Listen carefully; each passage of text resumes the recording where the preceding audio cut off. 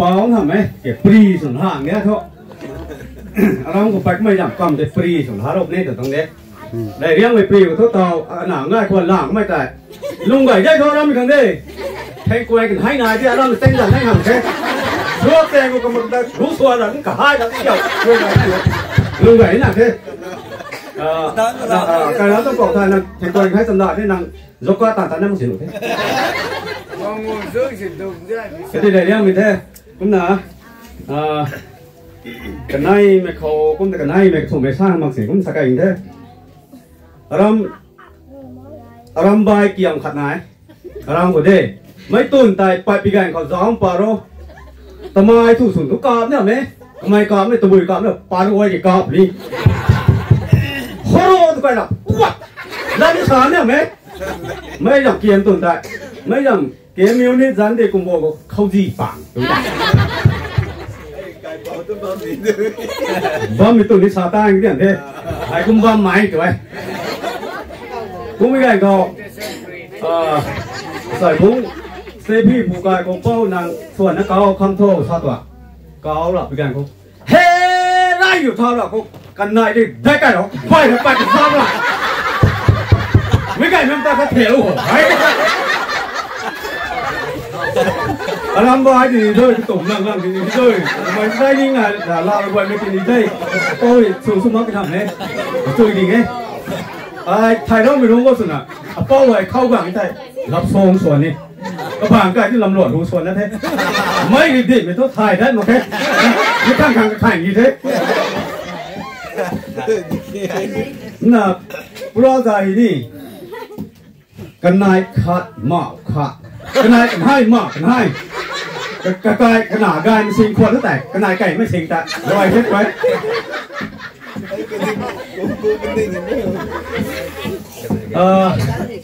cáiน้ำthu thiên tập sẽ mấy cái đâu không này bóng công thế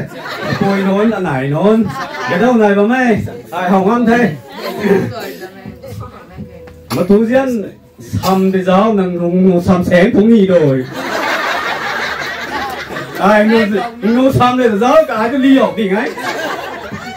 mà thu ra nó mấy cái phúng nhì hết tôi mà thu ra càng nhiều người là dễ nè xăm pu nó không có thể làm gì đâu nào thuần đâu vào một khẩu mà thu ra xăm này khăn anh thì thế thì màyต้องงงเองก็มากุ่มตัวเด้cái pe luôn cái bằng mày cái sẹtนี่บางคนบ้ามั่งนี่นายคนเด้cái pe luôn cái bằng mày là tiền rồi sai ai thay mày đi rồi nó bằng mặt thế mày thayคนเด้ai vậy đó một cái tinh mịt bùm cái hệ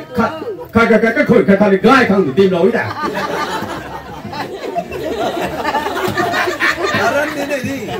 taran cũng gài với nghĩ tôi đó cái phải cũng gài cái sai gài mà này cái sẽ làm thì New Year tăng nhỉ mấy Christmas New Year đặc để gài các cũng thế đó vâng gì thế cái nô tiền đó vì là liền gì tại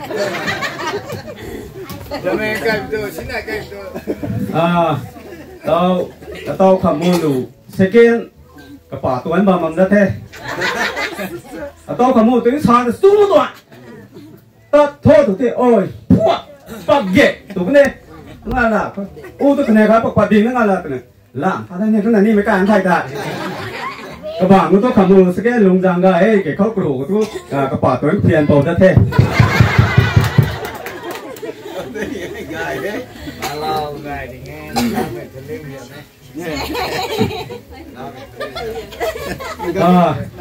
เยอะเลยนี่คนดอกนี่พังซันนงซันทำแต่แมนจังกะเกน่ามีกันเขาปุ้ยหนุนจังก็อาจถ่ายไม่ได้กะปุ้ยหนุนจังบางคนส่งท่อแล้วควรจะพุ่งทุกซ้ำรู้ไม่ต้องอาริโก้ให้ส่งสารเราเป็นเท่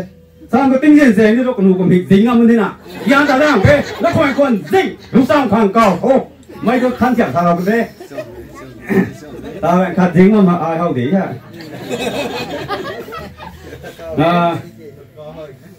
ใส่บุ้งสร้างเท่ไก่ทอดหลวงปู่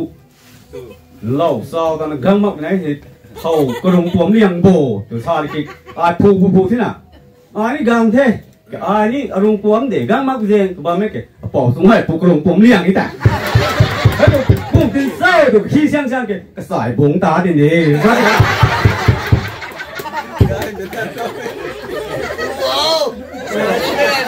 ๆ tao cái cầm hôn tuần phém bài cái đúng sợ đấy rồi bằng đây học đấy mấy cái người thay nào này cái này luôn từ cái thay này à cái này cái đồ mấy cái hay phải cùng mình san hay đời tao vui cái san này rất hay mấy cái đồ mình hấu của mình một khẩu tỉnh quyền nghỉ làm phải mấy cái đấy san suy là cái này à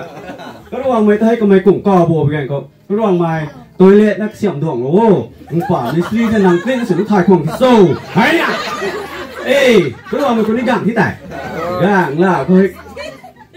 tôi đây cái xiểm lắm ra đây cái xiểm nào cái đồ mà làm quấn cái gì đây cái đồ mày cái quấn gì là cái thao nó tần địa cái bỉa cái thành bố cái bỉa thao là gì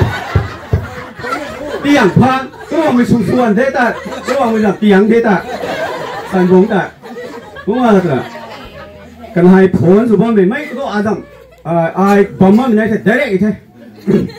cái đồ mình này cả cái đồ mình phun số bọn khoảng đánh đài luôn thì bông số bình cụ thô số nào nó bắt tụ bằng thế hào xài bắt tụ bằng thế xài được giải nè nhá cái này ai tao sáng xem hết tay cần thế sao cái ai thầy có tay cần thế lại bắt thế nào nằm tay hôm nay thì bắt tăng là thấy cái bài khai cho bạn cái mà mình phun xuống là bom sao cái hầu nàng sản tăng thô sao cái tôi có mày buồn được thức cái này à ai lại cua mùng thua cây cái đôi khẩu thu rồi khẩu thế nào ai không tao sáng xem chút đi thôi có gì bằng thua rồi khẩu thế tao sáng xem thôi ai tay bom rồi cái thắng băng rồi sao bay đấy sao tao ra gần hai cùng cái này là sao mình last cùng sao cái đồ mai cái hầu sao tiệt nàng gang á thôi anh hay dễ này cái phiền nó không biết làm gì đây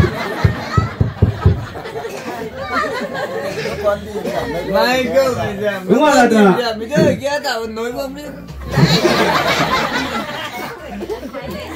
cái này là hầu ní ấy tôi thấy dính băng sen khoảng này sai cũng sen nguồn của đình thôi tôi ở hồi găng mình ảnh họ cái hàng sen đấy có mày làm sủn gì bấm đấy sai dính băng sen cái hồi cuối nghỉ làm thì cũng bật thao là tôi sai sen nó thế nó khổ càng thêm mấy cái cùng thế sai cái hàng sen làm sủn ra đấy tôi nhớ không có rồi sau này thế mày dạng cái tên gì thế rồi đi sắm đấy mày chưa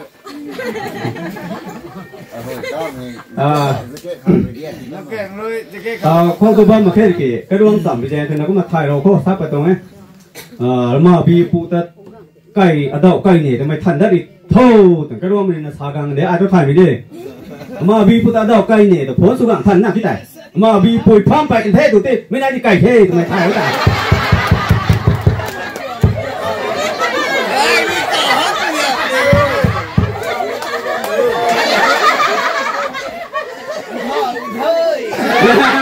vâng rồi đấy cũng bảo cái con này rồi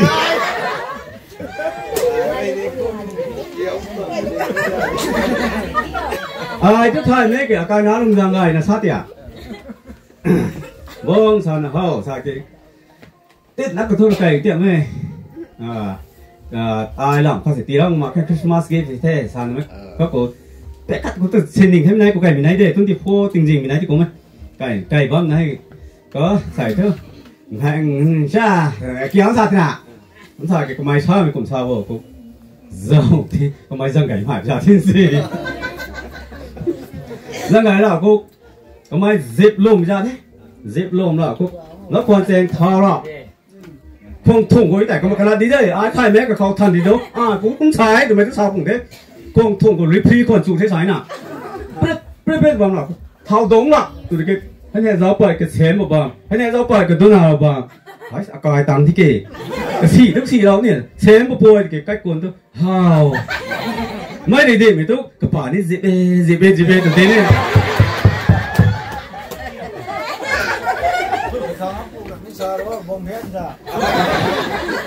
giờ là mèo này chẳng bị lắm mày trời mấy cái mấy cái thằng phụ này cũng giảm rất xa xa nung tao cái cũng sâu hơn để xa xa luôn tao này một thùng không phải xa thế nào cùng rồi in phá vong tôi nằng niang hấp điểm cho không phải căng hấp sâu sao thế à cũng là cái mà thùng hấp phải đào đấy mình gãy làm cái mấy bông phiên điểm gì rồi